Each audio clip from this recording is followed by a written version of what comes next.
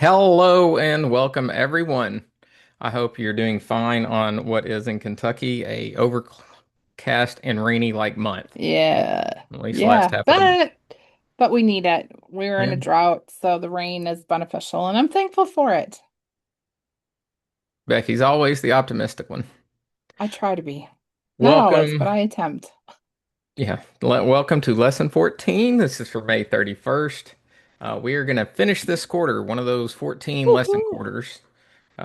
Fellowship through worship. And again, this is the last lesson from the Reverend Dusty down in Texas. Um, so we have appreciated her work, the effort she's put into it. Absolutely. We appreciate y'all coming along with us. Um, just by way, oh, my name is Chris Fleming. I'm the adult ministry coordinator for the Ministry Council of the Cumberland Presbyterian Church and do all kinds of other things. And I am joined by, I am Reverend Becky Zardi. I'm the Director of Ministry of the Women for the Ministry Council of the Cumberland Presbyterian Church. Welcome. all right.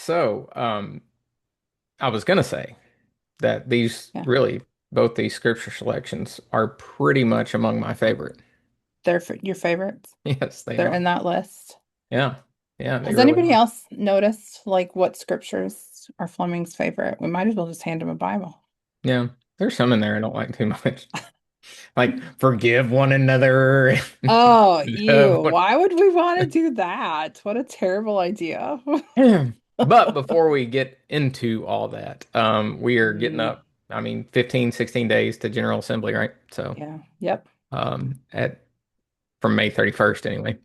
Yep. Um, so look forward to seeing everybody there. We'll have some engage swag for everybody. Um, Yay. we'll love to CPWM will have a table too. Stop sit and by, talk with say you hi. all. We are going to have an engaged presentation at some point. I think we can officially announce right now, Becky, because I think it officially went out yesterday, but we have a new staff Yes, member, we do. and I will let you kind of introduce her a little bit.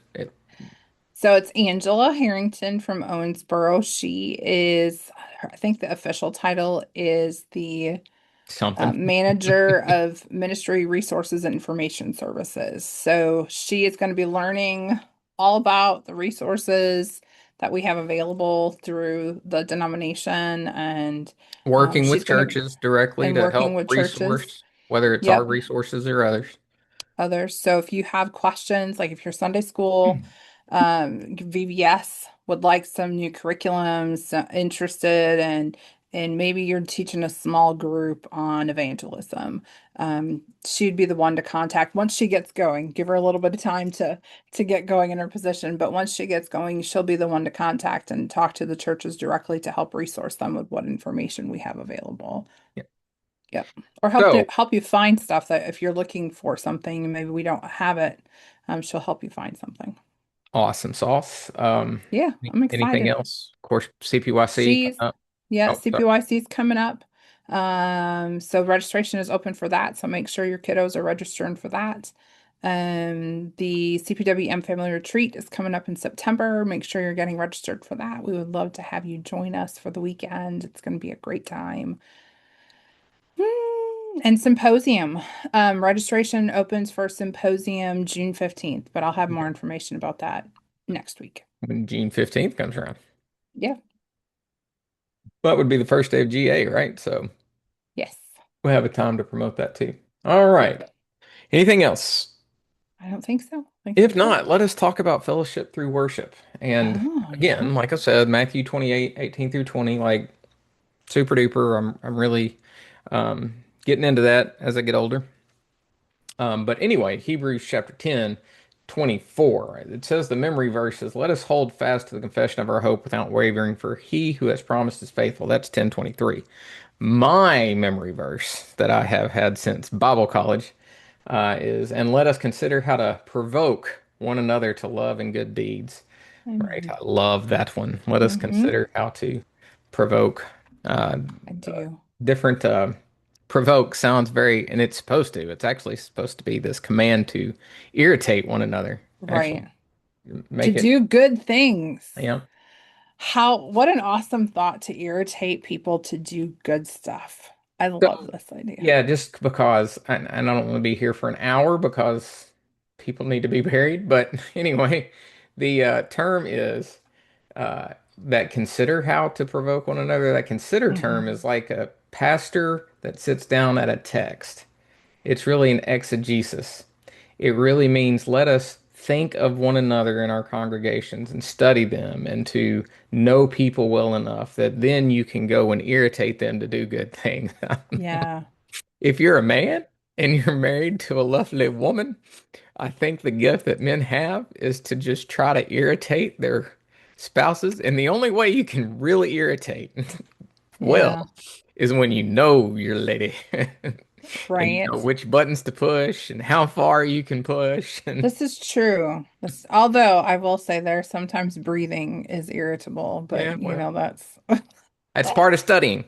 But the point being is that you have to know these things so well that you are learning. You know your fellow church members, you know well enough to yeah. where you can inspire or have fun or whatever, you know. Yep. I think that's what fellowship really means. Well, We often can think of fellowship as just like a fellowship gathering where we're hanging out together, but I think true fellowship is really understanding each other and who we are.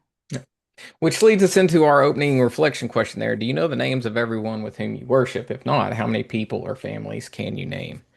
Um, I'm going to say that pretty much I know just about everybody in this church yeah. by name. The only ones I don't know are because they're new and I still pulpit supply, so I'm still gone half the month.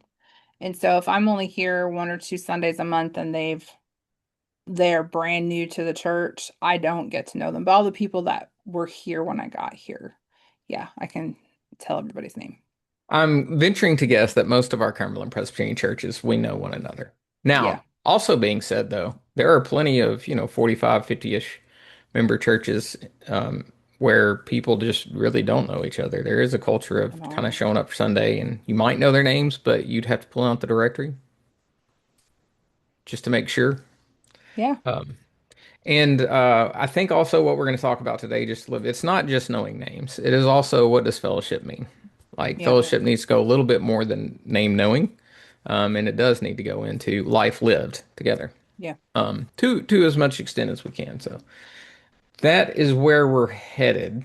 Um, and then Dusty kind of brings up what we were just talking about, like right in our for the Cumberland Presbyterian Church, there's not many that have multiple services and all Yeah. that jazz, but there are some.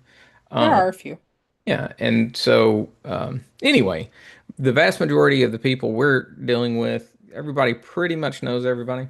Um, but she asked the question also, why do you attend your church? There's not necessarily a right Mm-hmm. answer, but we can say there are some answers that are less than right.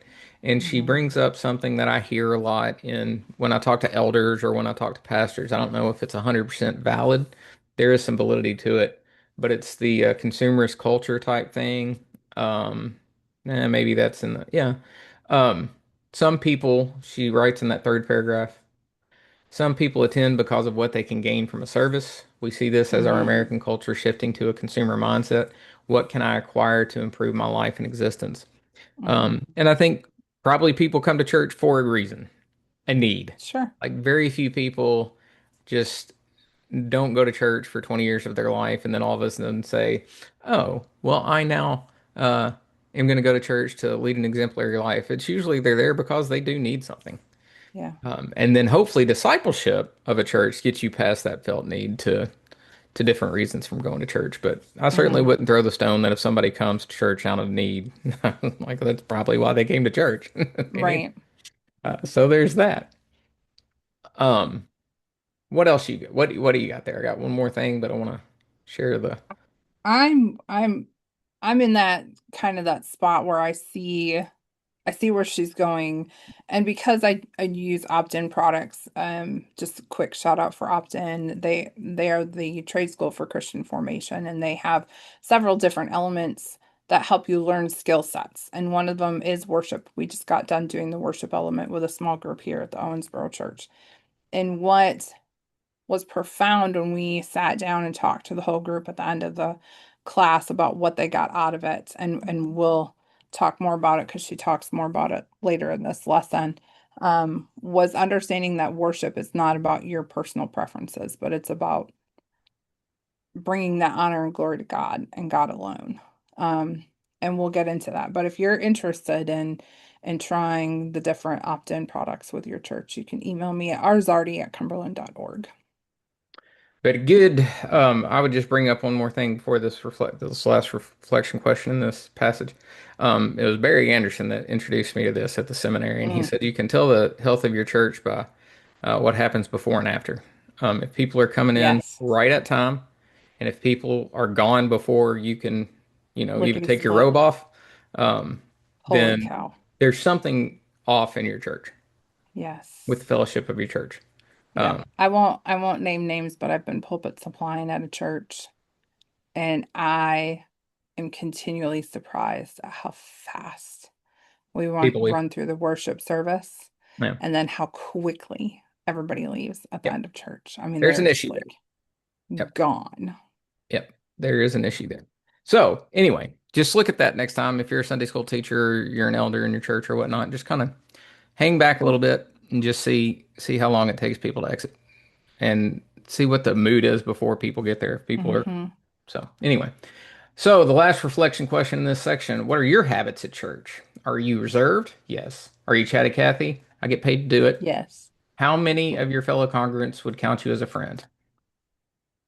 I would hope all of the congregants that know me count me as a friend. Depends on what we And mean I'm, by friend. Yeah, I mean, well, that's true. And I'm kind of the sounding board. I have a lot of people come into my office for different counseling for the church, and often just to kind of talk about life and what's going on and pray with them, that sort of thing. But I'm definitely the chatty Cathy. I'm the one who comes in before service starts and has to walk around and tell everybody hi and good morning, and then uh and then when I leave, it's the same thing. It's like, bye, have a great week. luckily, my wife is much better than I am in this. Again, I am doing pulpit supply too a lot, and so I introduce myself and then proceed to the chair that's behind the pulpit so I can study And or read. just Yeah, put the well, wall up. and I'm nice to Oh, everybody, don't obviously, talk. but I mean, like, I'm not Yeah. you for sure. My wife, however, she can talk. Um, Yeah. Personality difference. I think that's I think about my daughter really tries, but she is very introverted, and yeah, it takes a lot for her to walk around and tell people hello. it is what it is. Yep. Um, all right, you want to explore the scripture? Let's explore. I do like this kind of a at least worship had, I'm assuming worship had also happened before worship in general had happened before Abraham also stepped up. I mean, like he was called out of a Yeah, culture into a particular right. thing. So worship is one of those things that are written into the human mind, right? Human soul, Hmm. I would say now. When we talk I think about it's Christian, something we just do. yes, it's Yeah. It's written into um, our DNA to worship. yeah, it is. I mean, like it's just instinctive. I have a relative who's somewhat of an atheist, and one of the things I say is there's just not a single thing on this earth that doesn't look back toward its creator. Yeah. Just, I mean, a tree, a sapling, it came from, whatever, and it would be weird for us to act like we weren't birthed from a mother's womb, right? Right, right. And so anyway, in some sense, we always have to look towards something, and the fallenness in us can explain why we gravitate to worship to certain things Hmm. that probably aren't true and right. But I do like what she does here, and she kind of traces back worship, where you got like Hmm. the earliest mention of worship appears in Genesis 22, right? Where Yep. it was a very violent act almost, right? But it does set the Yeah. table for the seriousness of worship and what it means to Yes. sacrifice before God. Yep. So there is that. And then, of Yep. course, you have Moses, let my people go that we may go worship on the mountain. The Hmm. worship becomes the motivation to the coming out of bondage, which, again, I think that's a good image for us to say. Worship is our escape from bondage. Like it's the Yes. place to where we can fully be human. Yeah. Um, Lay down those things at God's altar and just worship our yes. Creator. I do like the fact that worship, it's like prayer and worship. These are things we should do all the Mm. time. Can we do acts of worship and pray literally all the time? No, but we can live a life of humility and relationship with God, Yeah. which um, leads to life of worship and prayer. Yep. I like that, to revere God in such a way that we acknowledge that God is God and we are not. That's in that fourth paragraph. Amen. I think that is completely true. Yep. Um, and then it It's is that kind of, oh, go ahead. that sixth paragraph down is the one that really got me. It says the thing about worship that has remained constant through the ages is that it was always between God and us. The object of worship is an infinite God who is worthy of all the ways of adoration and honor we finite humans can imagine. Yes. That, that right there, that is, so worship is more than just what we do Sunday morning. Yeah. Worship is an alternative lifestyle. It is living a life of worship. And what does that look like to live a life of worship, of constantly bringing honor and glory to the Creator? What does that look like for us? I think that is true. And then the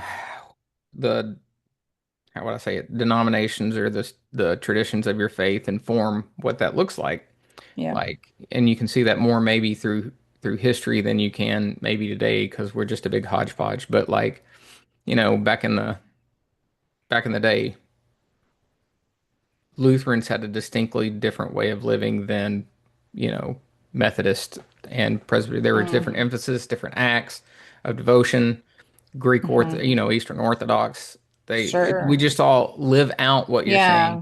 You have the rosary, you have the Orthodox use what they call prayer rope, where it's sort of similar to a rosary, but it's tied knots within this Yeah. prayer rope where they would say the Jesus prayer every knot that they would go through. I mean, there's just Eastern lots of different. Orthodox are more contemplative and Hmm. spiritual formation driven. We Protestants are Hmm. very word based, logic, study. Yeah.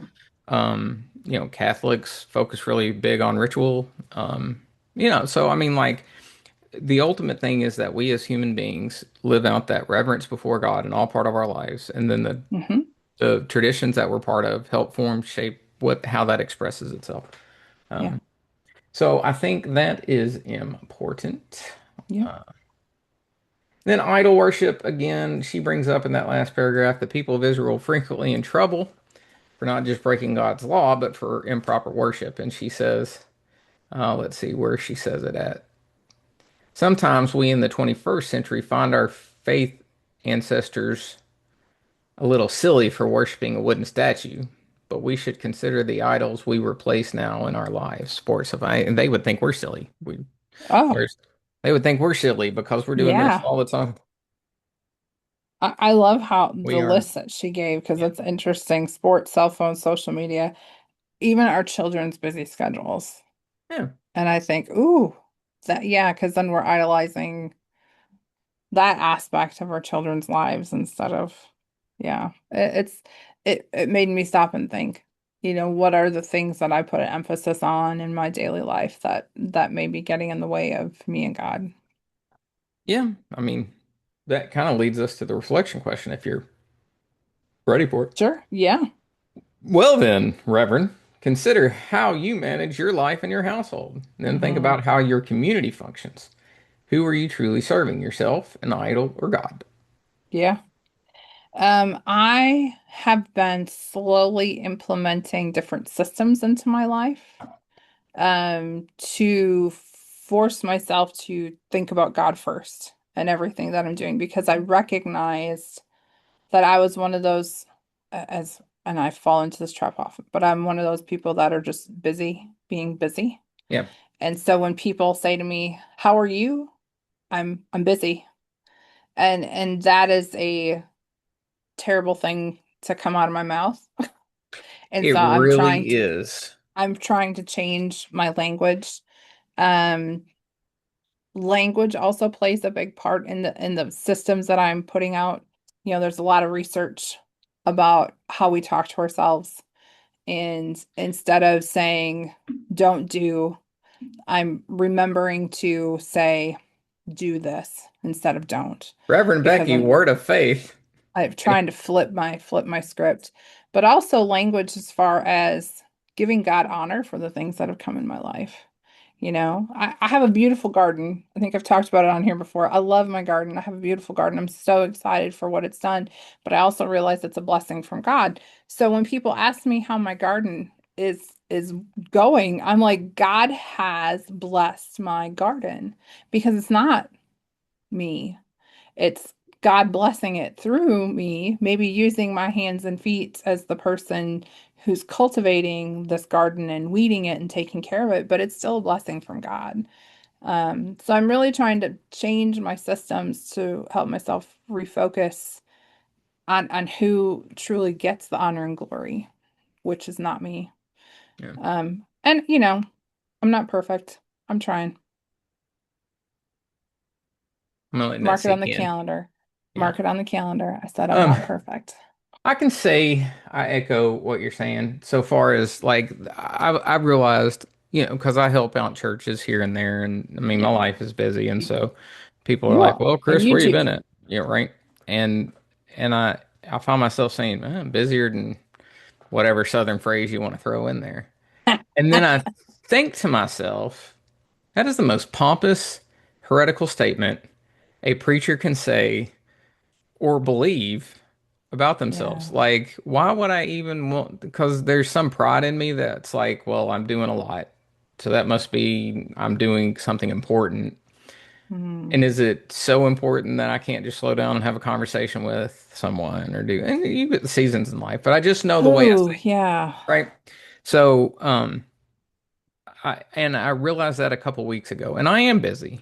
But I remember a church member, an elder, was asking me, "Well, Chris, how you doing?" And I was just like, "I am so busy, blah blah blah blah." And I thought that is so anti-Christian. I didn't mean it to be. Yes. I just ran across a video last night that was about Chinese Christians that came to America. And they were asked to reflect on their time here in the United States when they went back to China and asked them what was the most profound thing that they noticed about American Christians. And they said the most profound thing that they learned was how busy American Christians are doing works for God, and yet God is not present in anything they're doing. Yeah, that might be a little Ouch. overstated, but I get what they're saying. Yeah. Like, Gosh. so there's that. And then also, and so being able to go to a bunch of different churches like I do, I think the church falls into that trap. And Yeah. you've said it. We are busy doing a lot of good things, and I'm not sure that it's as effective as it should be, Yeah. or that the Yeah. point. I need to put this up underneath the discussion or something, but I was introduced to a book here, yeah, a couple days ago. Um,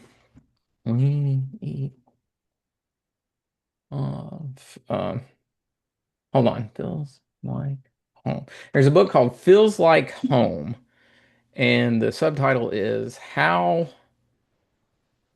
Rediscovering the Church's Family Changes Everything.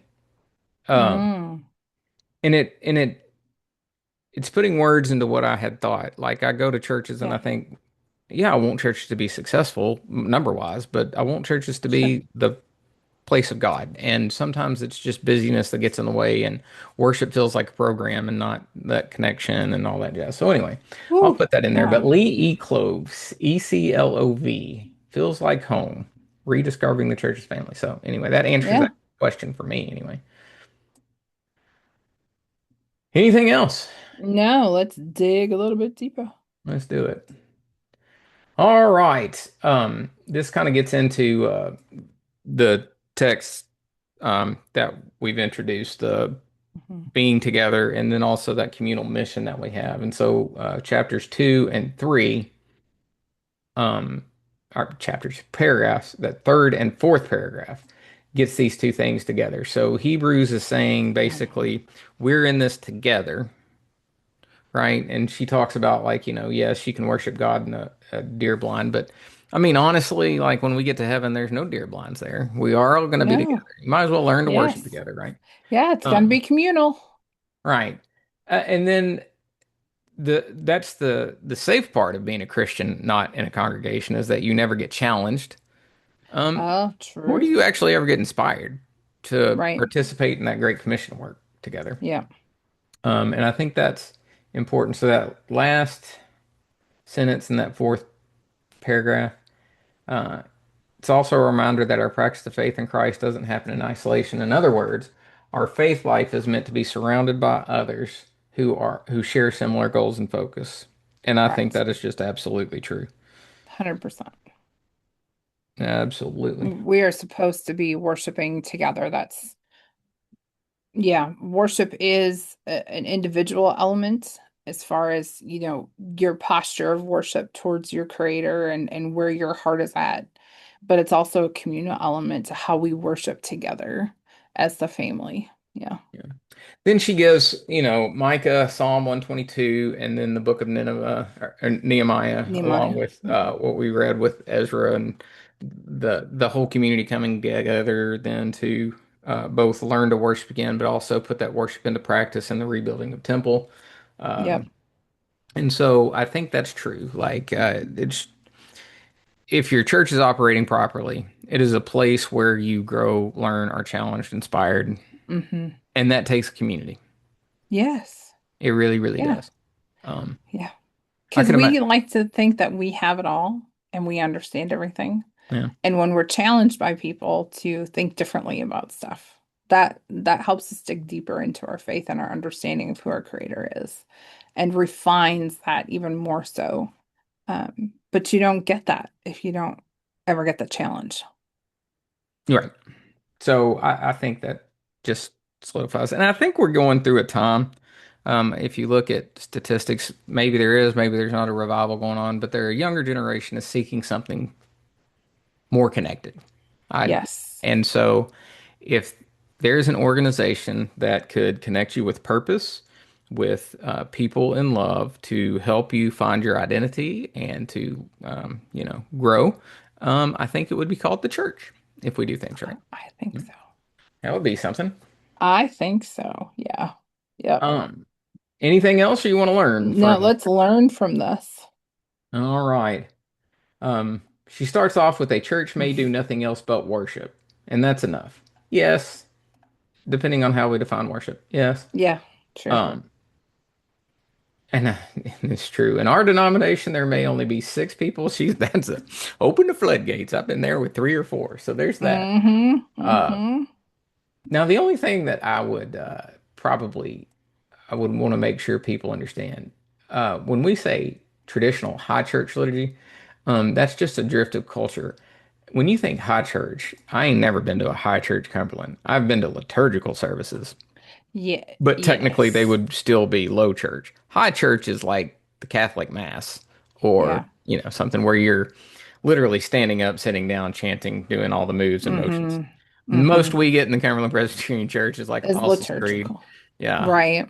So Yeah. there's those kinds of Or things, the but Lord's Prayer, one of the two that or we do both, together. right? I Yeah. mean, so anyway, but that's it. There is a large variety of church. There are, Oh my gosh. churches in our rural areas where the call to worship is, "Hey y'all, it's time to start," to Yes. right to like, Love it.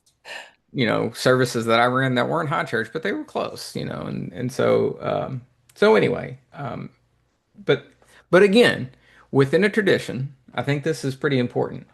That first sentence of the second paragraph, there's no strict rule for what counts as correct worship in today's churches. So we're part of the Christian religion. We share Mm-hmm. common values, Apostles' Creed, Yeah. our ethics should be somewhat similar, these kinds of things. And then we're part of a group Right. within the Called church, Cumberlands. which has been filtered in. Like, we Right. went, Catholic, some probably, and then we got Irish Presbyterian through whatever, and then we got here to America, whatever. So it's been filtered down. And then within the denomination, we have a local body.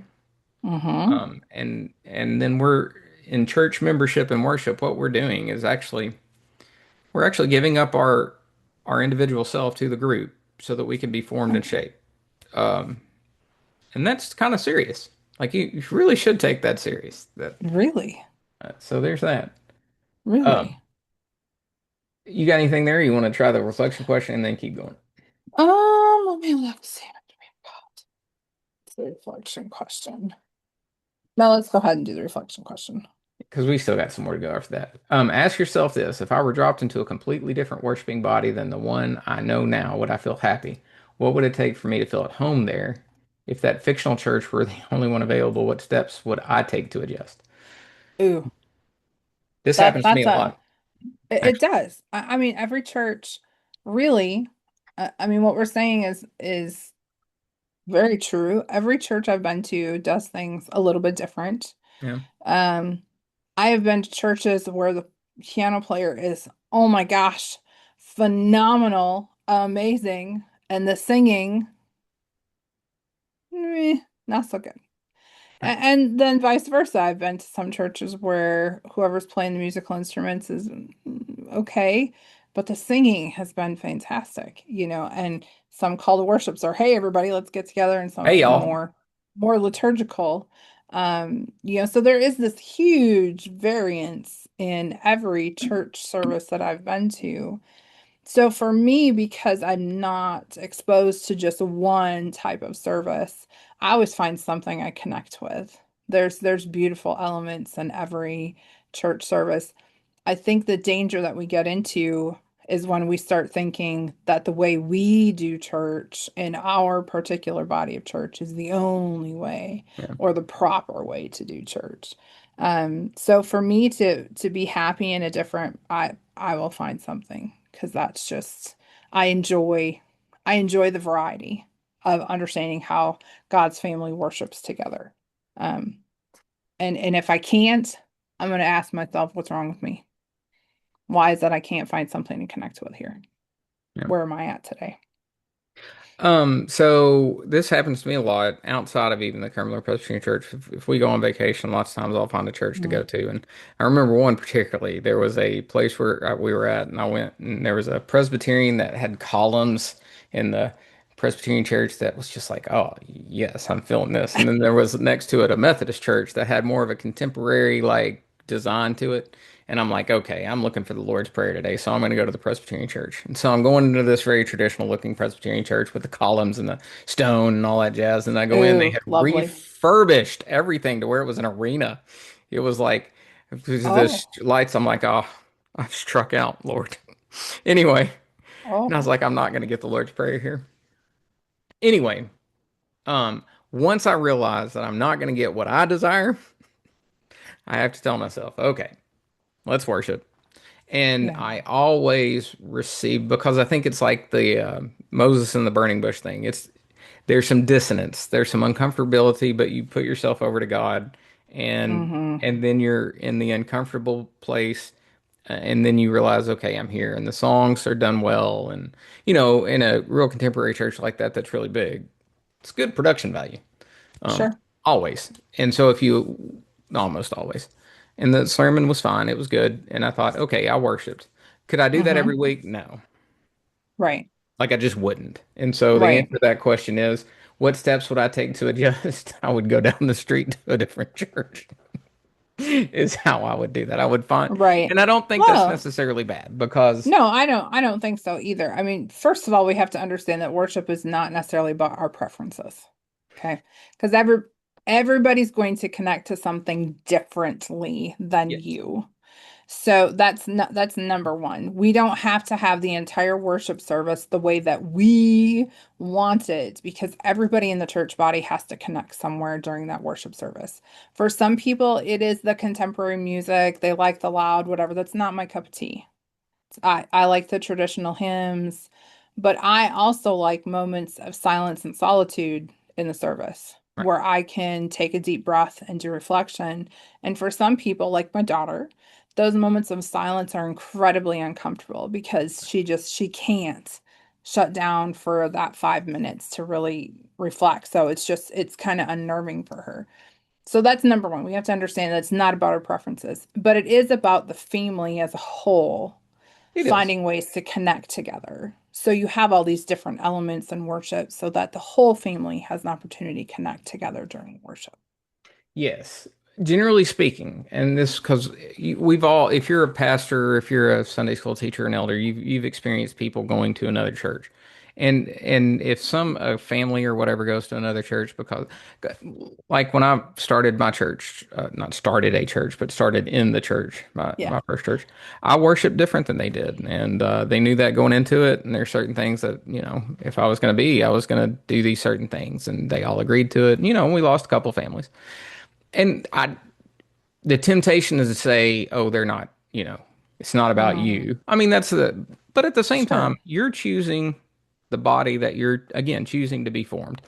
Um, Yes. and so there is a little bit to where, like, you know, it's no harm, no foul. I think about, one of the Right. reasons as to why it's always a struggle. We've tried 3 times now, and we haven't merged with the CPCA church. Of course, there's all kinds of other things go along, but some of it is just culturally. Like, I We don't want to go to worship church very for 4 hours. differently. Right. I don't. Right. We Um, worship very differently. we worship differently, and so do different Cumberland Presbyterian churches. So I say all that to say, yes, you have a responsibility if it's not all about you, and you can be part of the. But yeah, I mean, God is glorified if someone is participating in their local church, wherever that may be.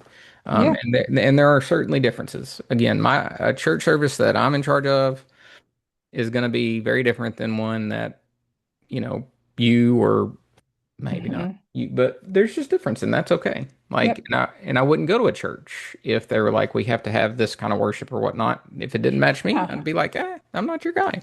Right. Right.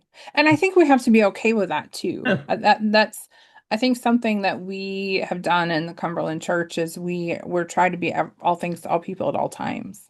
yeah, and you can't Understanding really do that we can't in our local context, the way this group of people have chose to worship together is what they find worshipful. These are the elements that they find most worshipful in their life. And it's okay it. if It is somebody okay. comes in and says, I'm not connecting well here and I'm Yeah, looking for something that is 100% okay to say thank you for giving us a shot, and we totally understand, and we hope that God leads you to the correct body in which you can connect with yeah, the most. yeah. That's I okay. think that's true. But I think what she's getting at, um, that I like the Constitution where a Hmm. particular church. But the next paragraph, second to last one. Sometimes we get so caught up in worshiping styles of church organization that we forget a church can be built with just two things, God and people. And that's true. That's true. Music, preaching, sacraments, liturgy, all of it points to God and unites us as believers, but it's secondary to our, and that is true. But again, like, you know, if you were going to go to a movie, are you going to waste your time going to a movie genre that you don't like, or are you going to go to one that Yeah. you do like? I mean, it's just Right. it's fine. Now, your heart, and what I tell people is, if people move because they're being unreasonable or unfaithful, then that's a different story than Yeah. I just don't fit here. And that's Yeah. fair. All right, anything Yep. else? Yeah, let's apply this thing. Well then, She's got some consider, really good ideas in here. yes, I'm not an artist type person. I I appreciate know. those who do. But I Yeah. like what she's thinking. So Yeah. understanding, consider what kind of good deeds you want to inspire others to do. And I think that's kind of so that's the other Yeah. thing. I would say that if you were in a church, even if you didn't like some of the liturgy or whatever, but if you were active in thinking, I am a part of this ministry and I am here to make sure that Bobby Sue and Billy Joe are doing their best as Christians, how can I help do that? Yeah. And at the same Yeah. time, there's people looking at you. Provoke them to do Yeah. the good things. Yeah. And if you're busy doing that kind of thing, then you can stomach a really bad sermon. True. Like I've learned that if your church is healthy, you can stomach a True. bad sermon or two. Now you just can't have a bad preacher all the time. That No. distracts. Or you can have, some mildly bad piano playing for a long time too. If your church is hitting on the other healthy spots. Yes. Yep. You know, that's kind of what it is. Yep, So for I sure. know Becky, you in the past have done a lot of cool Yeah. things. Any commentary on this section? I love all the ideas that she gives. I hadn't considered, painting the blessing box or the tiny pantry. I think that's a really cool idea.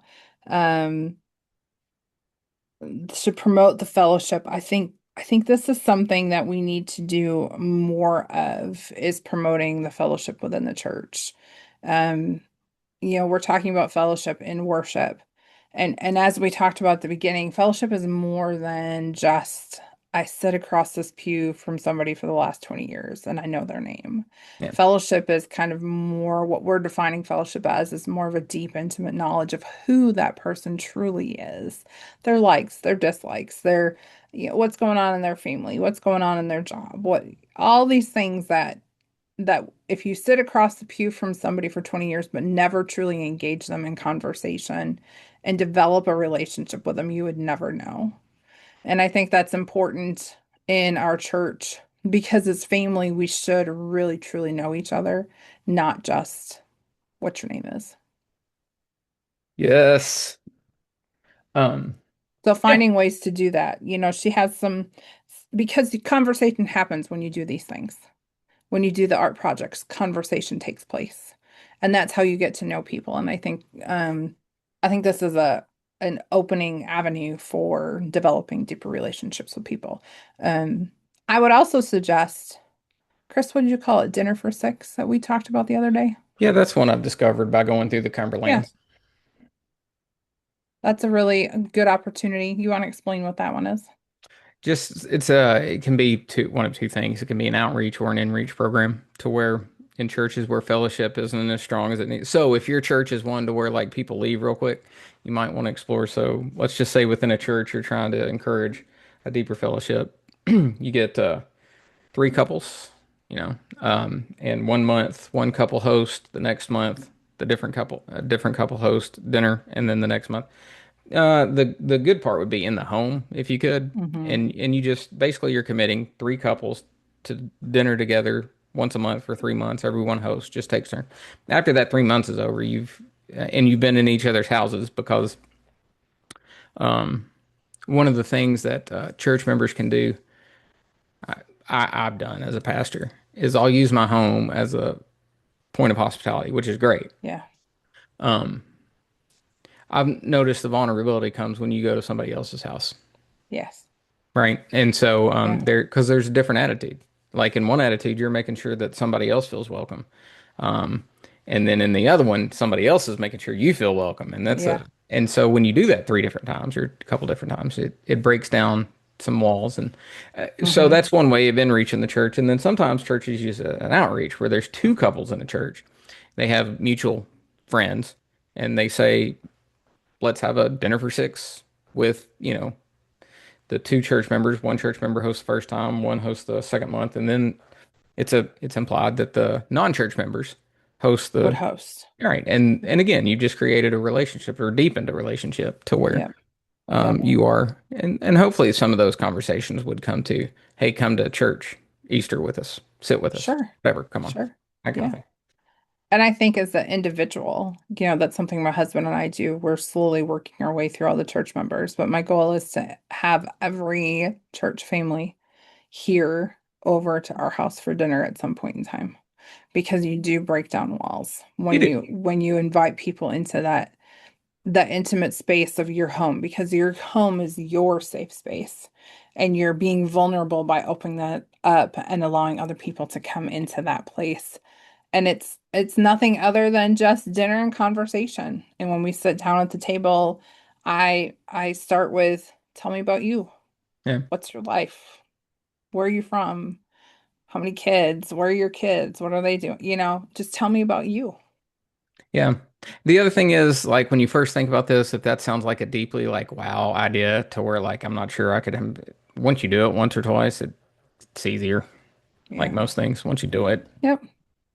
You get over that nerve. But there are so many ways. If you're not an artsy person, there are a lot of opportunities to create a deeper fellowship. And I encourage you as a Sunday school teacher, as a Sunday school class, to think about ways that you can encourage deeper relationships within the church, but also develop relationships outside of. C. That's Anything all I've else? got today. That's it. May the Lord bless you and keep you. May the Lord make his face shine upon you and be gracious unto you. May the Lord turn his face towards you and give you peace, my friends. Amen. Bye, everybody. All right, we'll see you next week. We'll start with Patrick Wilkinson. The Mikes and the Wilkerson. Patricks is whatever Wilkes we got going on. Just by way of introduction, I do believe Patrick has had his first week at the Beaver Creek Church, and so Yeah, yeah, first so of June. we want to bless that relationship and pray, and we'll hear from him through the writings. And so, anyway, bless you, friends.